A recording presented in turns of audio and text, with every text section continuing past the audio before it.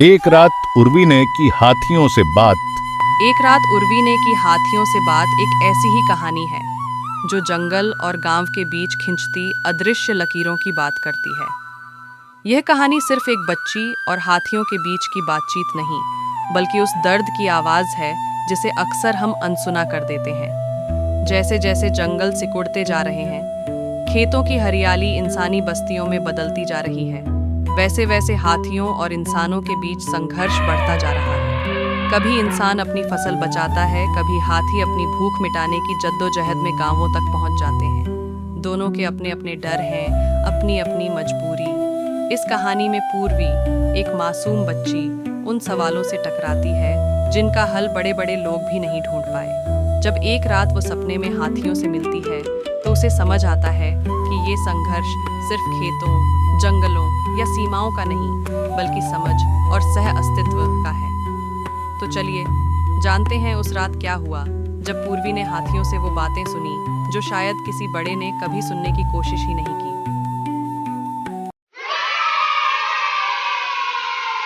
12 वर्ष की उर्वी अपने सहपाठियों के साथ विद्यालय से घर लौट रही थी। गांव की सड़क पर पड़ोस के काका अपने परिवार संग घबराए हुए तेजी से आगे बढ़ते हुए मिले, मानो कोई अनहोनी उनके पीछे पीछे चली आ रही हो। सामने आते ही उर्वी ने पूछा, काका, आप सभी इस तरह कहाँ जा रहे हैं? बिटिया, गांव के किनारे वाले तालाब के उस पार झाड़ियों में हाथियों का एक झुंड आ गया है। हम सभी बहुत डरे हुए हैं। गांव के लोग उन्हें भगाने की कोशिश कर रहे हैं, लेकिन मुझे डर है कि अगर उन्हें ज्यादा परेशान किया गया तो वे रात में हमारे घरों को नुकसान पहुंचा सकते हैं। इसलिए गांव के कई लोग अपने परिवार को रिश्तेदारों के यहां पहुंचाने जा रहे हैं। मैं भी इन्हें पहुंचाकर आज ही लौट आऊंगा, ताकि हाथियों को भगाकर अपनी फसल की रक्षा कर सकूं।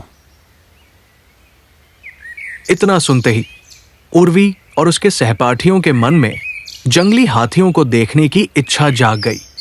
वे बेतहाशा अपने घरों की ओर दौड़ने लगे।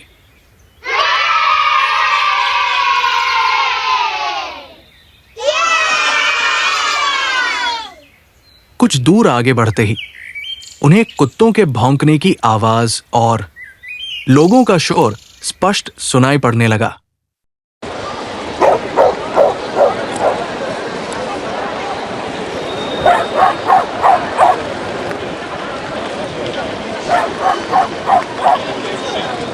उर्वी घर पहुंचकर अपना बस्ता निश्चित स्थान पर रखकर तालाब की ओर दौड़ने लगी।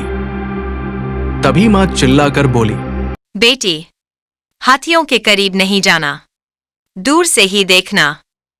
उर्वी हाँ माँ हाँ कहते हुए उस ओर दौड़े जा रही थी जहां हाथी आए हुए थे। तालाब के इस पार लोगों की भीड़ लगी थी। उनके हाथों में अस्त्र शस्त्र थे, मानो वे हाथियों से युद्ध करने आए हों। कुछ लोग टीन, ढोलक और नगाड़े बजाकर हाथियों को भगाने का प्रयास कर रहे थे। कई लोग हाथी के पास जाकर उसे डराकर भगाने का प्रयास कर रहे थे। सभी एक साथ चिल्लाकर हाथियों से यहां से चले जाने के लिए कह रहे थे। गांव के कई लोग उन लोगों को रोकने और समझाने की कोशिश भी कर रहे थे। गांव के बुजुर्ग बुधन दादा, जो अपनी बुद्धिमत्ता और अनुभव के लिए प्रसिद्ध थे, सभी को शांत करने की कोशिश कर रहे थे। उनकी आंखों में चिंता थी और आवाज में सख्ती, जैसे वह किसी गंभीर संकट को महसूस कर रहे हों। वे सबको समझा रहे थे, इन हाथियों को इस तरह परेशान मत करो, इन्हें मत डराओ। अगर इन्हें गुस्सा आ गया तो ये और भी हिंसक हो जाएंगे और बदला लेकर ही मानेंगे। उनकी बातों में एक गहरी चेतावनी छिपी थी। लेकिन भीड़ में बुधन दादा की बात सुनने वाला कोई नहीं था। उनकी बातें जैसे हवा में खो गईं। सबके सिर पर एक ही जुनून सवार था, इन्हें डराकर या किसी भी तरह यहाँ से भगाओ, नहीं तो रात होते ही ये हमारे फसलों को बर्बाद कर देंगे और हमारे घरों को भी तोड़ देंगे। उर्वी ने तालाब के उस पार झाड़ियों में देखा कि लोगों के शोर शराबे से अनभिज्ञ होकर हाथी मजे से आसपास टहलते हुए पेड़ों के पत्तों को खा रहे थे। झाड़ियों के कारण कुछ हाथियों के सिर्फ कान और सुर ही हिलते दिख रहे थे। उनके बीच एक छोटा सा हाथी का बच्चा भी था जिसे बड़े हाथी घेरे खड़े थे।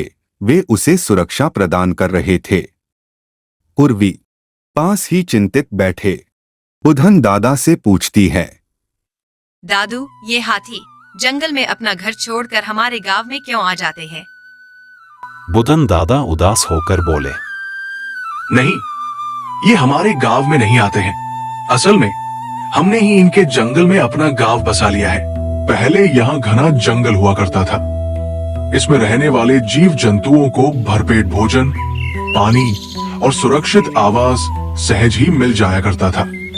वे मनुष्यों से दूर सुकून भरी जिंदगी जीते थे। हमारे पूर्वजों ने जंगलों को साफ कर यहाँ गांव बसा लिया और अब हम सब धीरे धीरे शेष बचे जंगलों को भी समाप्त करते जा रहे हैं। आज जीवों को न तो भरपेट भोजन और पानी मिल रहा है, न ही रहने के लिए सुरक्षित आवास। अब तो मानव के साथ टकराव के कारण ये जीव जंतु धीरे धीरे विलुप्त होते जा रहे हैं। लेकिन इस टकराव में केवल ये मासूम प्राणी ही नहीं, कई बार मनुष्यों को भी अपनी जान और माल से हाथ धोना पड़ता है। फसलों की बर्बादी और घरों का टूटना तो अब आम बात हो गई है। असल में जब कोई भी प्राणी अपने अस्तित्व के लिए संघर्ष करता है तो वो आक्रामक हो उठता है, चाहे वो इंसान हो या जानवर। मानव के साथ टकराव के कारण कई जीव जंतु विलुप्त हो रहे हैं। धरती पर मनुष्य का अस्तित्व बना रहे, इसके लिए जरूरी है कि सभी जीव जंतु भी पर्याप्त संख्या में और सुरक्षित रूप से मौजूद रहें। दादा की बात सुनकर उर्मी को यह समझ में आ गया कि हाथी हमारे गांवों में आने के लिए क्यों मजबूर हो गए हैं। उर्वी अभी सोच ही रही थी कि तभी भीड़ में अचानक भगदड़ मच गई। लोग घबराए हुए चिल्ला रहे थे, भागो भागो, एक हाथी दौड़ता हुआ इधर ही आ रहा है। ये सुनकर सभी लोग बेतहाशा गिरते पड़ते गांव की ओर भागने लगे। उर्वी भी बिना पीछे देखे सरपट अपने घर की ओर भागने लगी। ये ड्रामा अंधेरा होने तक चलता रहा। कभी लोग हाथियों पर भारी पड़ते तो कभी हाथी लोगों पर हावी हो जाते। पूरे माहौल में अफरा तफरी फैली हुई थी, लेकिन न तो लोग वहां से हटे और न ही हाथियों का झुंड टस से मस हुआ। अब लोगों का शोर कुछ कम हो गया था। कुत्ते भी दिन भर भौंक भौंका थक चुके थे, लेकिन अब हाथियों की चिंगाड़ पूरे इलाके में दहशत फैला रही थी।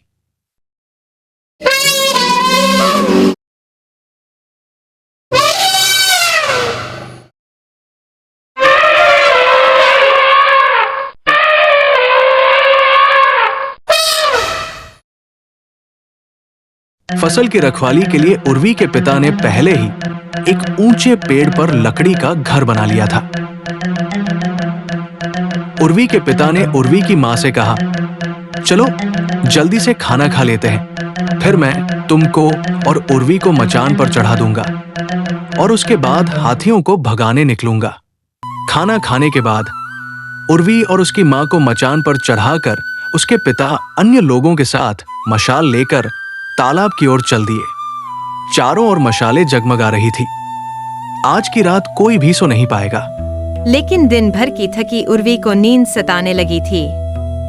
वह अपना सर माँ के गोद में रख कर लेट गई। माँ भी थपकियां देने लगी। तभी हाथियों का झुंड उर्वी को चारों ओर से घेर लेता है। उनमें से हाथी का बच्चा अपने नन्हे सुध से उर्मी का हाथ पकड़ अपनी छोटी छोटी आंखों से प्यार से देखने लगता है। माँ हथिनी उर्मी के बाल संवारते हुए पूछती है, तू कैसी हो बेटी? उर्वी बोलती है, मैं ठीक हूँ, लेकिन मैं और मेरे गांव के लोग आप लोगों से बहुत डरे हुए हैं। सभी अपने घरों को छोड़कर इधर-उधर चले गए हैं। उर्वी की बात सुनकर माँ हाथी दुखी होकर बोलती है, हम लोग भी अपने घरों से भटक कर यहाँ आ गए हैं। हम भी बहुत डरे हुए हैं।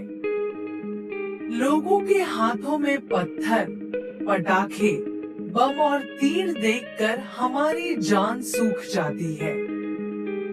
डर के मारे हम लोगों का खाना पीना भी मुश्किल हो गया है। हम तो भूख और प्यास से व्याकुल होकर भोजन और पानी के तलाश में भटकते हुए यहाँ तक आ गए हैं। हम लोग एक जगह नहीं ठहरते हैं, यहाँ से फिर कहीं चले जाएंगे।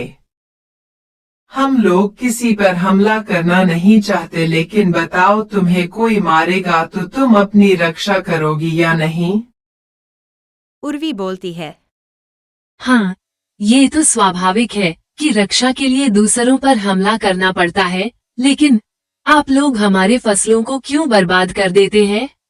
हम गांव वाले मेहनत कर साल भर के लिए भोजन की व्यवस्था करते हैं और आप लोग एक दिन में सब बर्बाद कर देते हैं। हमारे सामने भूखमरी की समस्या उत्पन्न हो जाती है।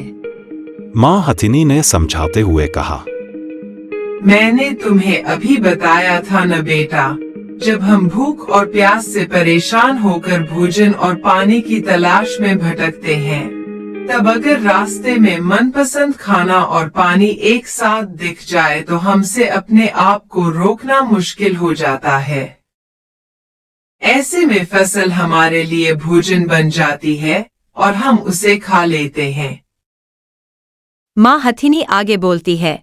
जानती हो बेटी, मनुष्यों ने ही हमारे जंगलों को उजाड़ दिया है, जिससे हमारे सामने भोजन और पानी की समस्या उत्पन्न हो गई है। हमारी दैनिक जरूरतों के लिए कम से कम 100 किलोग्राम भोजन और 2 से 250 लीटर पानी आवश्यक होता है। यदि जंगलों में इतनी मात्रा में भोजन और पानी न मिले तो जिंदा रहने के लिए भटकना ही पड़ेगा। उर्वी शिकायत भरे लहजे में कहती, मान लिया, भूख मिटाने के लिए तुम फसलों को खा जाते हो, लेकिन हमारे घरों को क्यों तोड़ देते हो? तभी झुंड में शामिल दादी हथिनी बोल उठीं। हमारी सूंघने की शक्ति अत्यंत तीव्र होती है। हम सूंघकर ही पता लगा लेते हैं कि अनाज और पानी कहाँ छिपाकर रखा गया है। अनाज खाने के लिए ही हम घरों को तोड़ते हैं। भला हम तुम्हारी तरह दरवाजे से तो अंदर जा नहीं सकते, है ना? दादी हथनी की बात सुनकर सभी हंसने लगते हैं।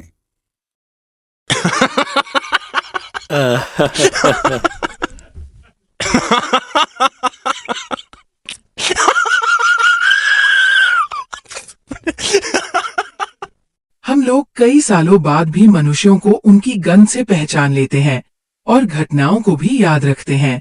इसलिए कई बार हम सिर्फ उन्हीं लोगों पर हमला करते हैं या केवल उन्हीं के घरों को तोड़ते हैं जिन्होंने कभी हमें चोट पहुंचाई हो। गांव के सभी घरों को हम यूं ही नहीं तोड़ते।